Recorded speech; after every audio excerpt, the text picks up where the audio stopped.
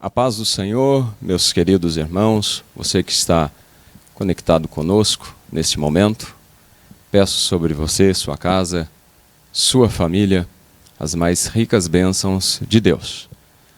Vamos orar. Senhor nosso Deus, nosso Pai Celeste, em nome de Jesus Cristo, aqui estamos para darmos início a esse estudo bíblico. Peço, Senhor, a Tua bênção para a nossa vida, para cada irmão, cada irmã, cada um, Senhor, que está conectado neste momento, para ouvir, Senhor, acerca da Tua palavra, que o nosso coração se abra e nos tornemos a cada dia voluntários para fazer o Teu propósito, para que o Teu projeto, o grande objetivo da igreja, se cumpra no dia a dia, através da nossa vida. Oramos em nome de Jesus. Amém. Muito bem, estamos na 13ª lição do último trimestre do ano de 2023, lição de número 13, que traz por título O Propósito de Missões. Estaremos discorrendo sobre esse assunto muito relevante para a atualidade, aliás, relevante desde que iniciou o trabalho da igreja na terra, e perpetuará até a volta de Jesus. Então temos esse grande objetivo, fazer missões. E vamos discorrer hoje um pouquinho acerca do grande propósito que é, de fato, levar a palavra de Deus. Vamos iniciar com o texto áureo e já de imediato também meus agradecimentos ao Mateus, o Levi, que estão aqui na técnica, ao pastor Osiel, coordenador geral da Escola Bíblica, e também ao pastor Sisak, nosso pastor presidente. O textuário nos diz assim: porque se anuncio o Evangelho, não tenho de que me gloriar, pois me é imposta essa obrigação. E ai de mim, se não anunciar o Evangelho. 1 Coríntios, capítulo 9, versículo 16. A verdade prática traz para nós uma ênfase sobre essa obrigação. Pregar o Evangelho a toda criatura não é uma opção, mas uma imposição divina. Muito bem. Como leitura bíblica diária, nós temos alguns textos de segunda a sábado, e eu estarei fazendo também a leitura deles para nossa reflexão e também para deixarmos aqui o assunto completo. Após a leitura bíblica diária, faremos após a leitura em classe. A leitura bíblica em classe está registrada lá em Apocalipse, capítulo 5, versículo 9 a 14.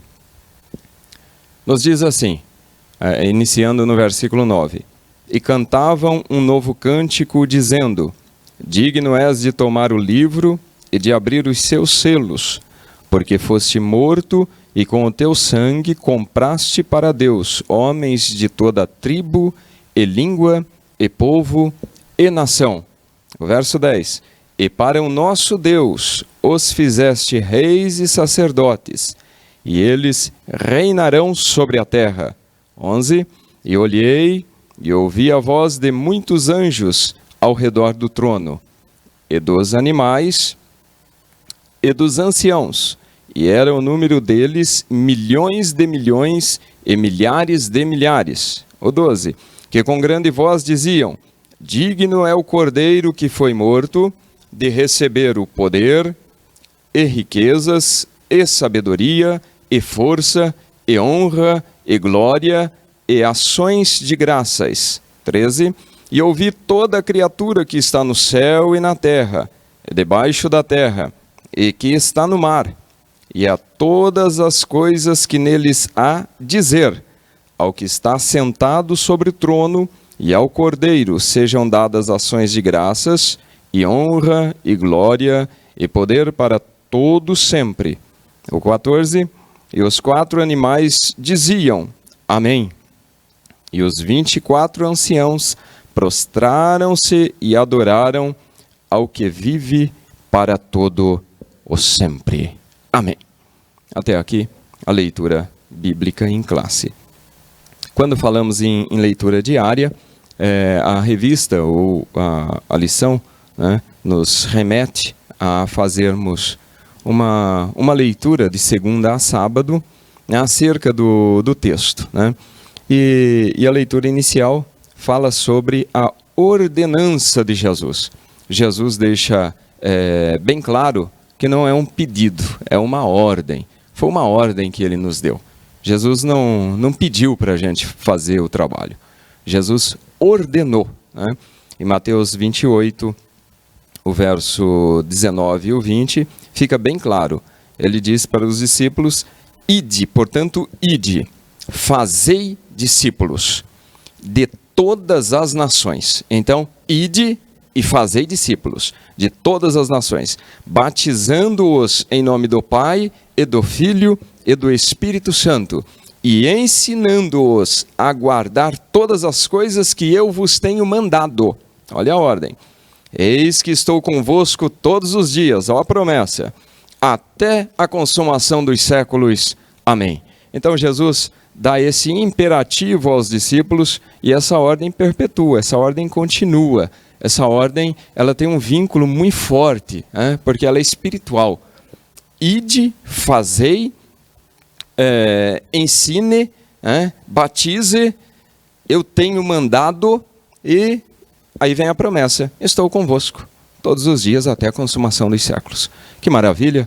Jesus dá a ordem, Jesus dá um imperativo e Jesus faz promessa, né? Ele está conosco todos os dias. Ele continua conosco e a gente pode senti-lo hoje ainda. Glória seja dada ao nome de Jesus. A próxima leitura nos diz respeito ao nosso dever como cristão de também levar a palavra. 1 Coríntios 9,16, que foi o próprio textuário que nós já lemos, né? O próprio apóstolo Paulo dizendo, esta obrigação me é imposta, né? E ai de mim se não anunciar o evangelho, né? Aí o apóstolo Paulo reflete ainda aqui nesse texto que ele tem essa incumbência, que ele tem essa obrigação e ele se sente penalizado se não o fizer. Na sequência, temos a leitura da quarta-feira, que nos diz, que demonstramos aqui que devemos realmente obedecer.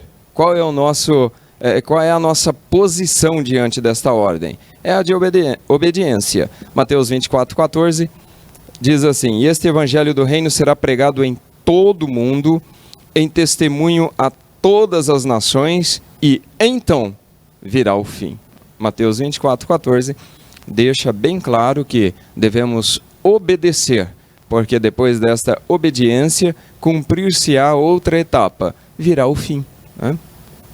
A próxima leitura é de quinta-feira, nós vamos refletir, tem 3 aqui, nós vamos ler Apocalipse 22:12, que diz assim, eis que cedo venho, o meu galardão está comigo para dar a cada um segundo a sua obra. É urgência, é emergência, venho cedo, não vou demorar.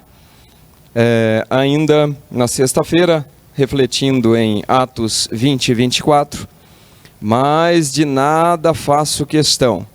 O apóstolo Paulo ainda dizendo, nem tenho a minha vida por preciosa, contanto que cumpra com alegria a minha carreira e o ministério que recebi do Senhor Jesus para dar testemunho do evangelho da graça de Deus.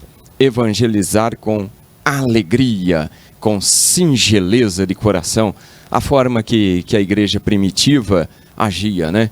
Os irmãos tinham tudo em comum, e faziam com alegria as suas reuniões, os seus cultos, e com singeleza de coração. E o apóstolo Paulo reflete bem isso aqui para nós, demonstrando que, apesar de ser uma obrigação, apesar dele entender como um imperativo, apesar dele ter recebido esta ordem, ele fazia com prazer, com alegria, não era forçado a isso.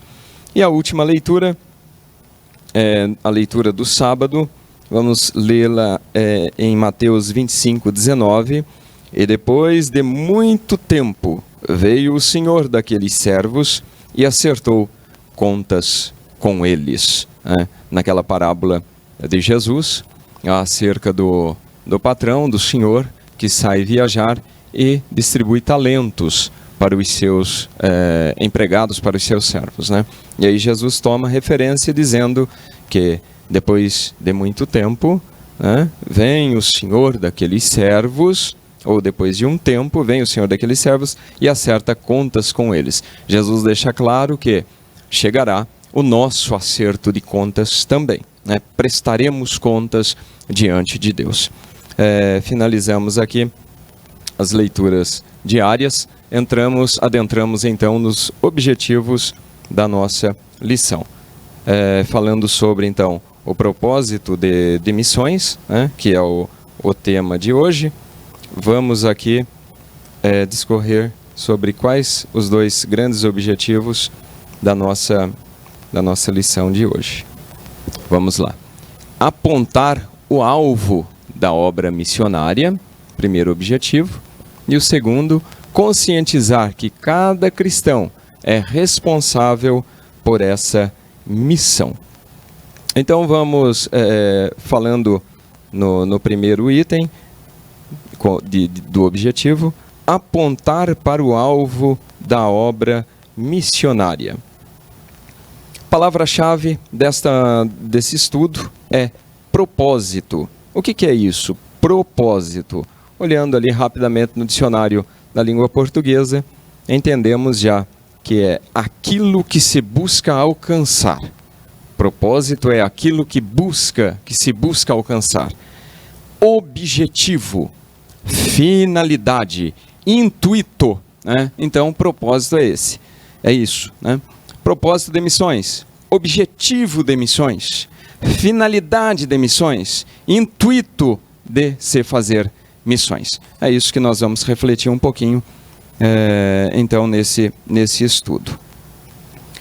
A introdução do texto, ou a introdução do estudo, nos diz que o propósito da Igreja de Cristo, o propósito ou o objetivo da Igreja de Cristo neste mundo, neste século, nesta vida, neste momento, o propósito nosso como Igreja de Jesus, qual é? Proclamar a mensagem de salvação até Jesus voltar. A geração anterior ou as gerações anteriores já fizeram a sua parte. Cabe a nós hoje fazermos a nossa parte e deixarmos um legado para as gerações futuras, nossos filhos, segunda, terceira, quarta, enfim, né? Nossos filhos, netos, bisnetos, enfim, darem continuidade a essa missão gloriosa, ou a esse propósito maravilhoso, ou ainda a esse objetivo maravilhoso que é, de fato, levar a mensagem de salvação até Jesus voltar.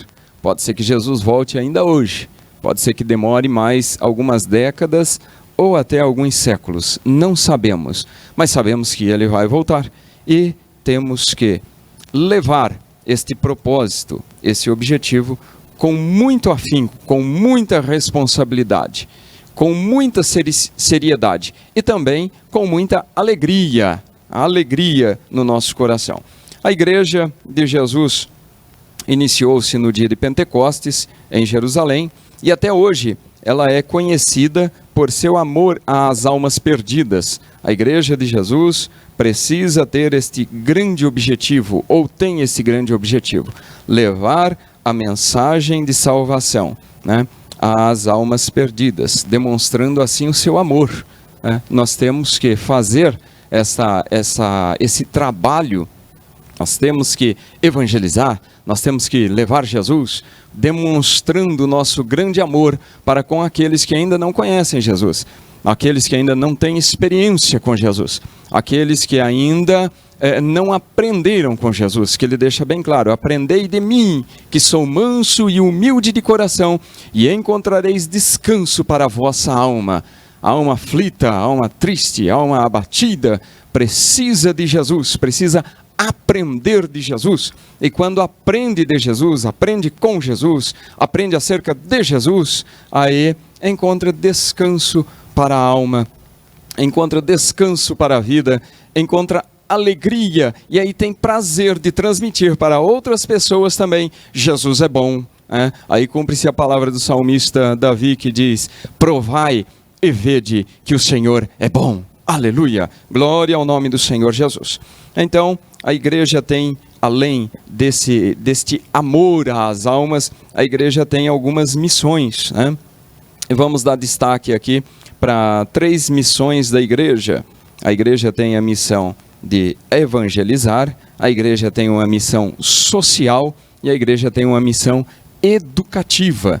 Essas 3 missões, das 3, a mais importante é realmente a evangelizadora. Nessa missão evangelizadora é que nós vamos estar aprofundando nesse momento, nesses minutos aqui. Dar destaque para a ferramenta da evangelização, que é o próprio Evangelho de Jesus. Nada mais que isso. O Evangelho de Jesus. O Evangelho simples, o Evangelho humilde, o Evangelho de salvação, que daí traz realmente uma profundidade muito grande, porque muda a vida, muda a família, muda a história de famílias, história até de nações, A palavra de Deus realmente tem essa profundidade. A palavra do Senhor tem realmente este grande objetivo, que é desejo de Deus que realmente todos se salvem. O nobre propósito da igreja é proclamar a mensagem de salvação até Jesus voltar. Então, até Jesus voltar, nós temos realmente esse objetivo, esse propósito, nós temos realmente essa incumbência, esse dever. Então, apontando o alvo da obra missionária: evangelizar, fazer missões. Logo nós estaremos fazendo aqui um paralelo entre essas 2 palavrinhas: evangelizar e fazer missões. Evangelização e missões. Muito bem. O nobre propósito da igreja é proclamar a mensagem de salvação até Jesus voltar. Essa é sua, então, sublime missão. Evangelizar é um ato de proclamar boas novas de Deus para a humanidade. Então todos nós temos esse objetivo, temos este dever glorioso. Pulando para a próxima parte: propósito da igreja. Olha lá, repetindo: o propósito da igreja de Cristo neste mundo é o de proclamar a mensagem de salvação até Jesus voltar. Que fique isso bem incutido em nosso coração, enraizado em nossa mente, e que de fato coloquemos em prática, levando Jesus através de nossas ações, através de nossas palavras, através de nossas atitudes, no nosso dia a dia, no ir, no vir, que levemos Jesus, que levemos a mensagem de salvação, que levemos o poder de Deus, que levemos sinais para as pessoas. Esses sinais seguirão aos que crerem. Em meu nome farão várias obras. E Jesus ainda disse: farão obras maiores do que essas que eu faço. Olha o dever, olha a responsabilidade minha e sua como igreja de Jesus. A responsabilidade muito grande. Vamos lá então ver qual a grande diferença entre evangelizar e fazer missões. Aqui nós tomamos o pastor Wagner Gabi, escritor do texto ou da lição, das lições desse trimestre. ele aponta para nós aqui uma ênfase dada pelo pastor Oséias Macedo de Paula, na sua obra Manual de Missões da CPAD, né? Ele deixa bem claro, o pastor Oséias deixa bem claro aqui, que evangelização, ou evangelizar, né, é pregar o evangelho dentro da cultura ou da região em que o obreiro vive, em que a pessoa vive, em que você vive. Então, quando você está falando de Jesus para um vizinho, quando você está falando de Jesus lá no seu trabalho, falando de Jesus lá na rua que você mora, no bairro que você mora, na cidade que você mora, né, na nação que você mora, né, você está falando de Jesus, você está pregando o evangelho de Jesus, você está evangelizando de fato, né? E essa definição aqui do pastor Oséias é bem, eu entendo que é bem clara, enquanto que missão é pregar o evangelho de Jesus numa cultura ou país diferente, ou estranho ao obreiro, à pessoa. Daí a missão do ponto de vista transcultural, missão transcultural. Você estar saindo fora do seu ambiente, de vivência, né? Da sua própria cultura mesmo. Então, aí pensamos em missão transcultural. Então, evangelizar. Estamos fazendo obra de evangelização. Estou fazendo obra de evangelização. Estou pregando para alguém que tem a mesma cultura minha, mora perto de mim, tem os hábitos bem próximos ao meu, né? Tem aí a sua convivência bem próxima à minha, enquanto que vou fazer obra de missões. Então vou para um outro país, vou para uma outra cultura, vou para uma determinada tribo, né? Vou para uma determinada região totalmente diferente da minha. Aí entra na questão das missões transculturais, que já estudamos várias delas no decorrer desse trimestre.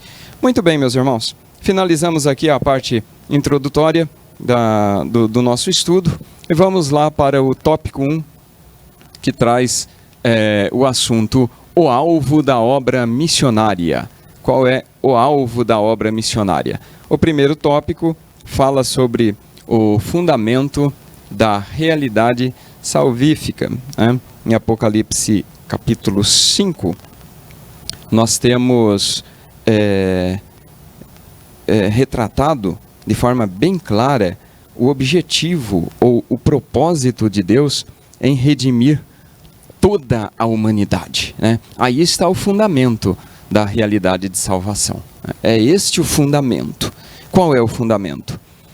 Jesus, com o seu sangue, com o sangue de Jesus, compraste para Deus. Olha que profundidade do texto, né? Compraste para Deus. É o primeiro versículo da leitura bíblica que nós fizemos, o versículo 9. 5:9 de Apocalipse. Compraste para Deus homens de toda tribo e língua e povo e nação. Que fundamento tremendo e glorioso, né? Compraste para Deus. Jesus, com o seu sangue, comprou, nos resgatou, tirou-nos lá da nossa vã maneira de viver e trouxe-nos para perto de Deus, né? Trouxe-nos para próximo do Pai, ligou-nos novamente com o Pai, que havíamos perdido esta ligação por causa do pecado original. Aí Jesus foi lá e comprou-nos. Então aí está bem retratado nesse verso o propósito de Deus em redimir toda a humanidade, não apenas algum grupo particular, não apenas alguma família em especial, não apenas uma ou outra, mas gente de toda tribo, ou homens de toda a tribo, língua, nação, povo, de forma universal. Vemos aqui então o amor de Deus. Aí lembremos de João 3,16, que Jesus, né, João deixa bem claro, porque Deus amou o mundo de tal maneira, né, o mundo, a totalidade, a universalidade, que deu seu Filho unigênito, para que todo aquele que nele crê não pereça, mas tenha a vida eterna. Então, todo o mundo e todas as pessoas. O propósito ou o grande fundamento da realidade salvífica está registrado, deixado bem claro aqui em Apocalipse 5, verso 9, e também frisamos João 3:16. Né? Aqui Apocalipse 5, João já está, na verdade, tendo a revelação futurista, a revelação do que ainda há de suceder. E ele via pessoas assim diante do trono de Deus, louvando, glorificando, por causa deste fato, por causa do sacrifício de Jesus, por causa da compra, né? Por causa do que Jesus fez realmente na cruz do Calvário. Foste morto e com o teu sangue compraste para Deus homens de toda tribo e língua e povo e nação. Glória ao nome do Senhor Jesus. Todos os que são comprometidos com Cristo podem dizer com muita alegria no coração que anunciar a salvação em Jesus é a sua visão, é o seu alvo final, é o seu grande objetivo, é a sua grande alegria, é o seu grande propósito de missões. Levar a palavra de Jesus ou anunciar a salvação de Jesus com alegria no coração, né? Não com tristeza, nem com desânimo e nem porque é porque eu tenho que fazer, é porque me foi imposto isso e eu estou submetido a isso. Não, mas é com alegria no coração dizer que Jesus, de fato, tem feito coisa maravilhosa na nossa vida e nós precisamos compartilhar com outros, né? Jesus, de fato, tem feito coisas maravilhosas na nossa vida e, de fato, temos que compartilhar com outros para que outros também possam experimentar o real poder de Deus. O próximo tópico fala para nós sobre o propósito global, ainda dentro do alvo da obra missionária. É o propósito global. Neste propósito global, temos repetido o texto de Apocalipse 5, verso 9, né? Gente de todas as tribos, línguas e nações. E temos também Mateus 28, 19, que lemos logo no início. Portanto, ide, fazei discípulo de todas as nações. Essa palavra aí, toda ou todas, reitera o princípio universal da nossa missão, né? Mesma conotação de alcance, né? Ou seja, não importa se a pessoa está aqui, se está lá ou se está acolá. Não importa a distância. O importante é que seja alcançado pela mensagem salvífica.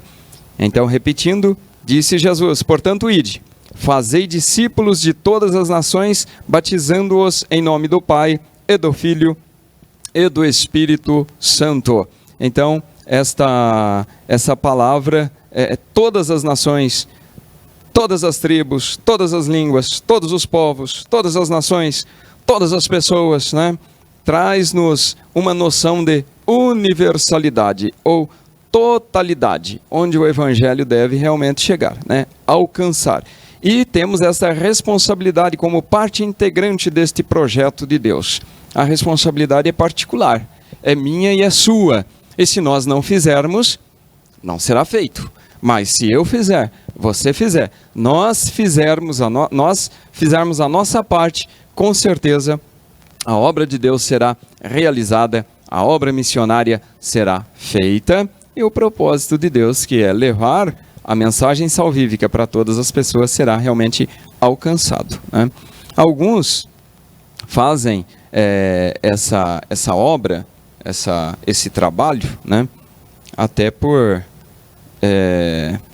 motivos equivocados. Temos aqui uma menção do apóstolo Paulo. Olha o que Paulo escreve para nós em 2 Timóteo, capítulo 4, versículo 10, a parte A do versículo. ele falando a respeito de Demas. Demas me desamparou. Demas começou bem, fez um trabalho bonito junto com Paulo, mas depois desamparou Paulo, né? Deixou Paulo de lado.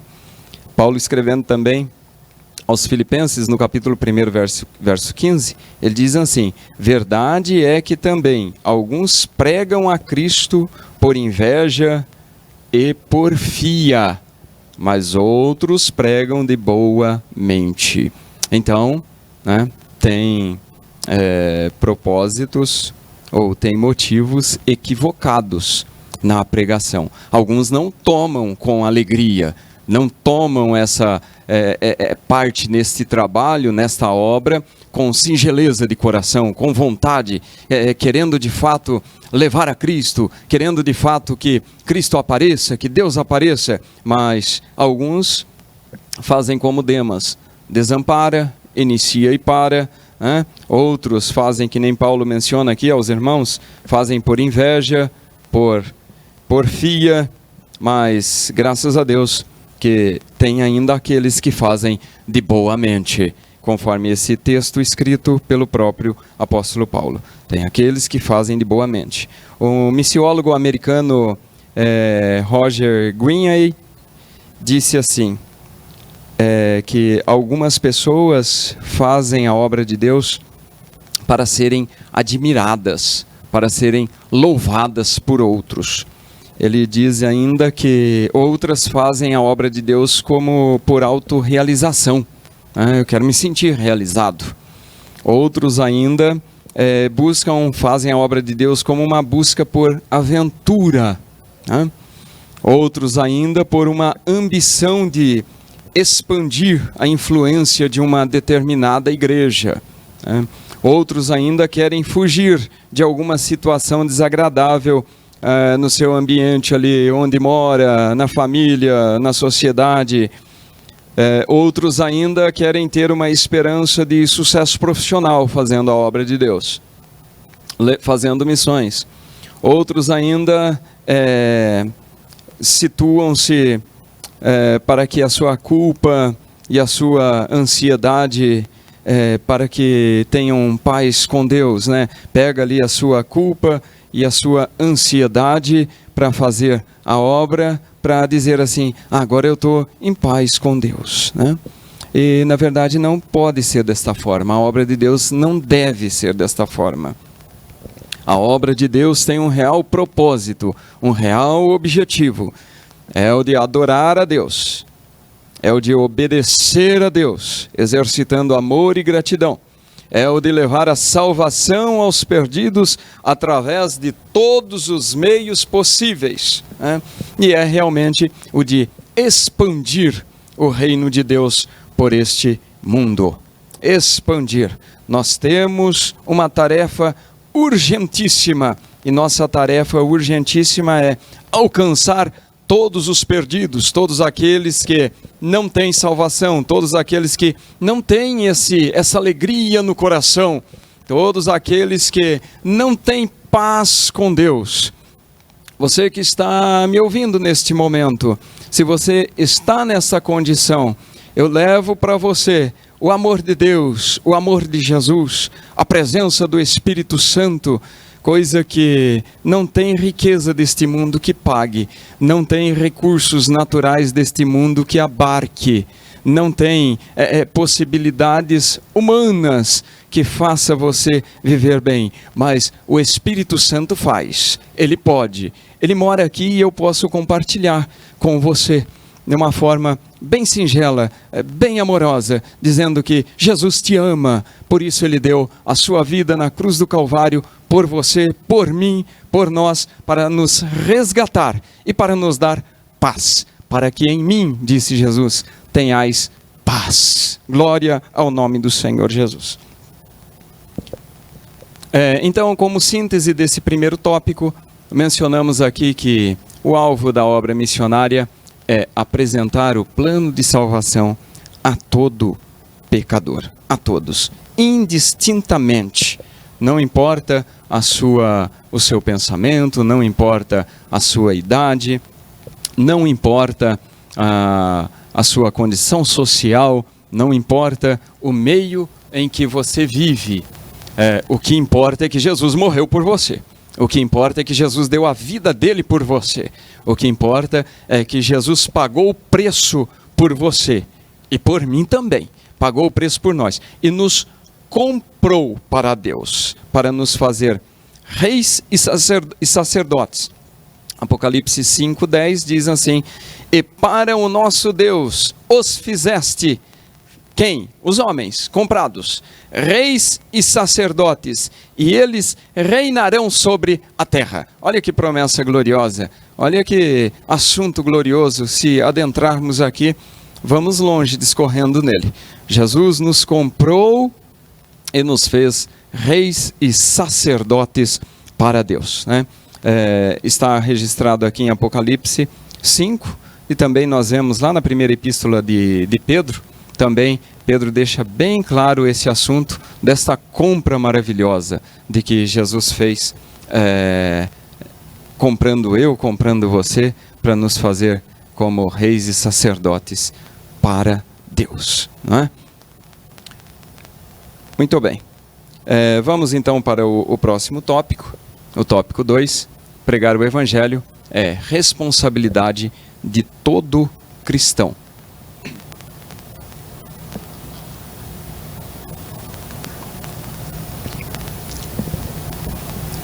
Qual é a nossa disposição diante desta responsabilidade? E aí, eu estou disposto ou não estou disposto? Você está disposto ou não? Qual é a nossa disposição diante dessa ordenança? Apesar de o apóstolo Paulo menciona, me é imposta essa obrigação e eu faço com alegria, né? Olha que diferença. Agora, me é imposta, qual é a minha disposição? Deus não vai me pegar lá e me fazer como marionete, não. Deus quer ver a minha disposição em fazer algo para Ele. Então vamos ver o que diz Mateus 24:14, que já lemos também como leitura diária, né? Diz-nos o texto: o fim virá somente depois que o evangelho do reino for pregado em todo o mundo. O que diz exatamente o versículo? E este evangelho do reino será pregado em todo o mundo, em testemunho a todas as nações, e então virá o fim. Que evangelho do reino é esse? É o evangelho que é pregado no poder, na justiça, né, do Espírito Santo, acompanhado de sinais e de maravilhas. E ele precisa ser pregado por todo o mundo, né? Paulo, escrevendo aos Filipenses, no capítulo 1, verso 20, ele diz assim: segundo a minha intensa expectação e esperança de que em nada serei confundido, antes, com toda a confiança, Cristo será, tanto agora como sempre, engrandecido no meu corpo, seja pela vida, seja pela morte. Olha que disposição. Quando a gente pensa qual é a minha disposição, e essa pergunta aqui fica ecoando, né? Muito forte assim no meu coração, no meu ouvido, e quero que fique na sua vida também. Qual é a nossa disposição? Vamos nos basear na disposição do apóstolo Paulo, né? A minha intensa expectação e esperança. Não quero ser confundido em nada, mas quero que Cristo seja engrandecido no meu corpo. Aleluias. Seja pela minha vida ou seja pela minha morte. Aí ele mesmo diz, né, na sequência, que o morrer para mim, o viver para mim é Cristo, e o morrer é ganho. Em nada tenho a minha vida por preciosa, né? Que disposição tremenda. Quando nós tomamos como referência uma disposição dessa, aí vem algumas perguntas na nossa mente, né? Você sabia que a vinda de Jesus tem a ver com a execução dessa disposição sua ou dessa ordenança que Jesus deu? Outra pergunta que o comentarista faz aqui para nós: à luz dessa grande urgência evangélica, o que estamos fazendo para o reino de Deus? Temos obreiro suficiente para cumprir essa grande missão? Será? E os jovens? Como estão os jovens diante dessa situação? Enxergam essa emergência do trabalho? Estamos prontos a dar a nossa vida em prol desta grande obra? Então, essas perguntas aqui contribuem para atestar uma grande realidade. Se a Igreja de Jesus não atender a este apelo, se houver omissão por parte de seus líderes, se os crentes de forma em particular não se dispuserem a ir para o trabalho, e se o mundo não receber o Evangelho, haverá um duro juízo contra os negligentes. A responsabilidade é grande. O dia do acerto de contas da parábola de Jesus, com aquele senhor que saiu, foi fazer uma viagem, deixou os talentos com os servos, também é grande. A responsabilidade será posta na mesa. O dia do acerto de contas chegará, e aquele que escondeu os talentos, aquele que deixou depositado na terra, vai sofrer um duro juízo. Então, vamos estar dispostos? Vamos fazer algo a mais para Jesus? Vamos não apenas ficar dizendo entre nós: Senhor, envia as almas. Na verdade, Jesus já enviou nós para irmos atrás das almas, atrás das pessoas. E às vezes a gente se pega orando assim: Jesus, envia as pessoas. Não, é eu que tenho que ir, nós que temos que ir. Jesus já deu a ordem: ide e fazei discípulos, pregai e ensinai. Glória a Jesus. E qual então é a nossa disposição? Estamos prontos para falar do amor de Deus? Estamos prontos para compartilhar com outros acerca do poder de Deus? Se não estamos, vamos ficar dispostos. O Espírito Santo está aqui, o Espírito Santo está aí, o Espírito Santo está entre nós. E Ele quer agir, e Ele age se nós nos colocarmos na sua posição. Se nós nos colocarmos na sua vontade, nós ficaremos bem dispostos para fazermos aquilo que o Senhor colocou para fazermos, deixou para fazermos, ordenou para fazermos, deu um imperativo para fazermos. Não sejamos então negligentes, mas sejamos dispostos para fazer a obra do Senhor. O próximo tópico traz ainda uma reflexão do apóstolo Paulo, baseado nessa imposição dada a ele. Me é imposta esta obrigação. Olha lá. Me é imposta esta obrigação. O item 2. O apóstolo Paulo via a responsabilidade de pregar o Evangelho como uma obrigação imposta a ele. Está em 1 Coríntios 9,16, que foi o texto áureo. Eu repito aqui para ficar bem fixado em nossa mente e em nosso coração. Porque se anuncio o Evangelho, não tenho do que me gloriar, pois me é imposta essa obrigação. E aí ainda ele finaliza dizendo: e ai de mim, se não anunciar o Evangelho. Ai de mim. Essa expressão ai de mim tem dois sentidos: obrigação e punição. Ele fala: eu sou obrigado a fazer isso, faço com alegria porque não quero ser punido. Eu quero ser agraciado, eu quero ser abençoado. O apóstolo estava consciente de que pregar o Evangelho é uma obrigação que incide em privilégio, pois é a partir do que Jesus fez por nós. Os discípulos perguntam certa vez para Jesus: o que nós vamos ganhar, Jesus? De estarmos seguindo, de estarmos obedecendo? Jesus deixa bem claro: 100 vezes mais nessa vida e ainda a vida eterna. O mais importante é realmente a vida eterna. Então, neste sentido, este privilégio que nós temos, neste sentido é um ato de obediência a Deus. Essa obrigação leva em conta também a punição em relação a uma recusa sistemática. Se Paulo não obedecesse, ele já saberia que ele seria punido. Ele seria punido. Então ele não queria ser punido. Ele queria ser abençoado. Só que nasce no coração dele esta alegria. E eu quero fazer com alegria, né? Ele deixa isso bem claro para nós. Pregar, então, o Evangelho não é uma opção para o cristão. Para mim e para você. Pregar o Evangelho não é opção para nós. É obrigação. Glória a Jesus. Pregar o Evangelho não é opção. É imposição de Deus. É obrigação nos dada. É dever. É tarefa. Glória a Jesus. E aí Paulo diz assim: eu não escolhi pregar o Evangelho.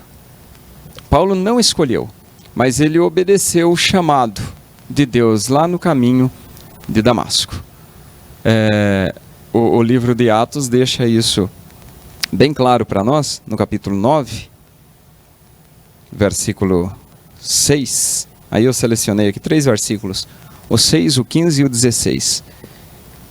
Ele obedeceu. E ele foi tão obediente à voz, né, que quando a gente para refletir um pouquinho sobre esse chamado do apóstolo Paulo, nós vemos que foi assim de uma forma tão gloriosa, né, que não foi ninguém que pregou para Paulo, ninguém desta vida, não foi Pedro, não foi Tiago, não foi João, não foi um outro discípulo, né? Paulo consentiu na morte de Estevão. Estevão estava ali falando do amor de Deus e Paulo estava ali consentindo na morte dele. Não, tem que morrer realmente, não pode viver, né? Quando ainda antes de convertido. Mas quando ele se encontra com Jesus, o próprio Jesus prega o amor de Deus para ele. Aí ele, né, tremendo e atônito, quando ele ouve a voz, ele tremendo e atônito, ao verso 6, diz assim: Senhor, o que tu queres que eu te faça?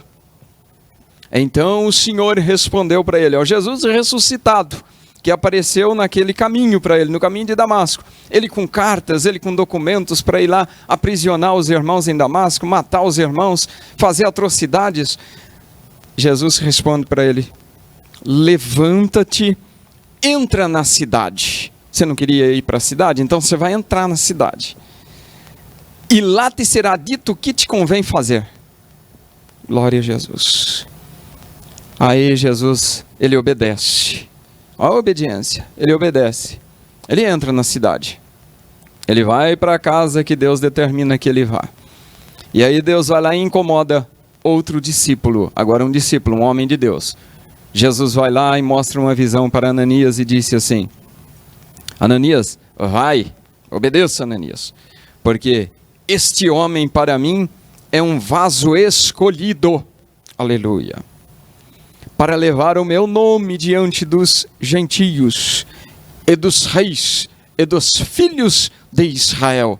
Vai, Ananias, obedece, e eu lhe mostrarei quanto deve padecer pelo meu nome. Então Paulo já sabia, né?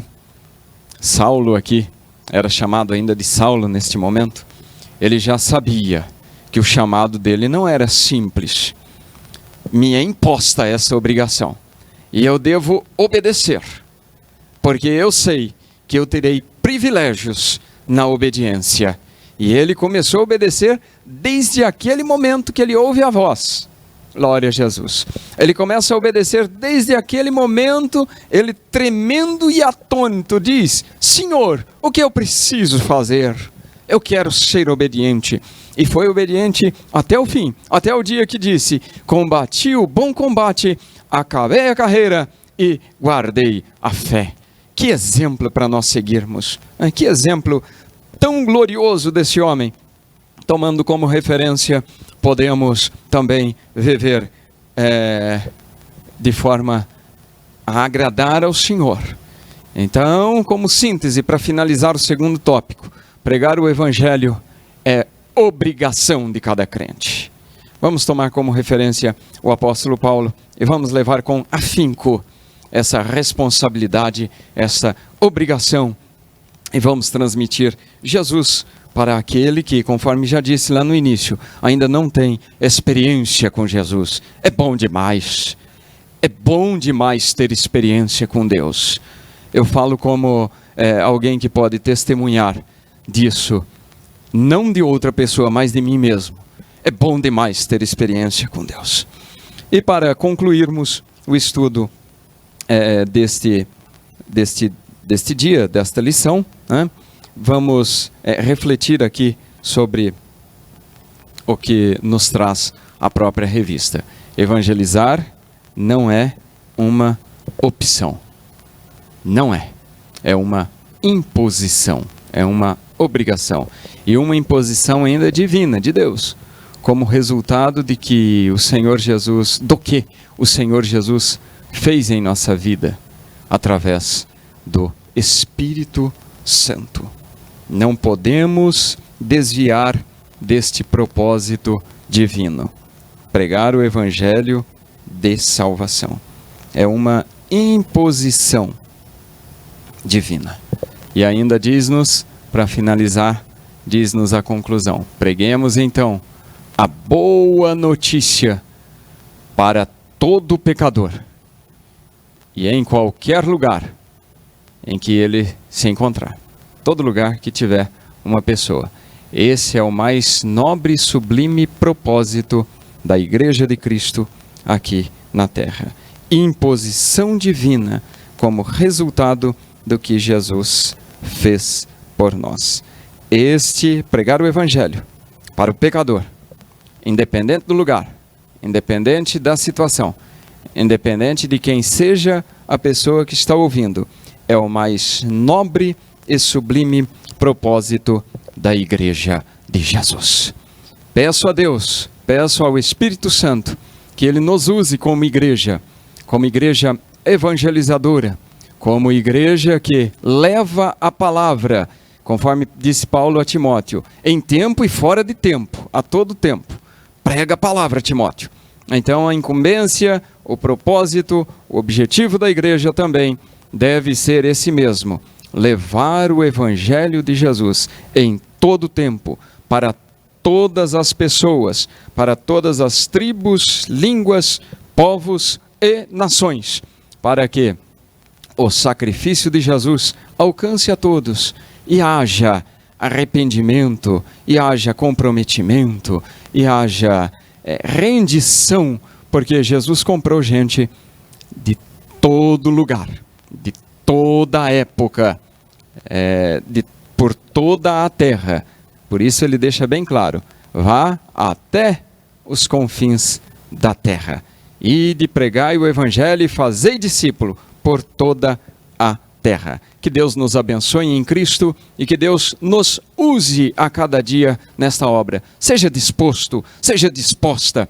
Façamos o que o Senhor mandou a gente fazer. Senhor, nosso Deus e Pai, eu peço neste momento, para finalizar este estudo, a Tua bênção sobre cada um que até aqui esteve conosco, para que possamos sentir a cada dia a alegria do chamado, para transmitirmos também a outros o poder de Deus, a alegria de ter a presença do Espírito Santo. Senhor, eu peço também para este que ainda não teve um encontro com o Senhor, que tenha, Senhor, a partir deste dia, que o Senhor faça uma obra grande e o Teu Espírito venha a convencê-lo, Senhor, do pecado, da justiça e do juízo, para que sejamos um só corpo em Cristo e a Tua boa vontade prevaleça, em nome do Pai, e do Filho, e do Espírito Santo. Amém. Deus te abençoe em Cristo Jesus. Logo mais, às 18h30, teremos culto em todas as nossas congregações, aqui na sede, toda a cidade de Rio Claro. Você é nosso convidado, você é nosso convidado especial para estar conosco hoje à noite, adorando ao nome de Jesus. Deus abençoe em nome de Jesus. Amém.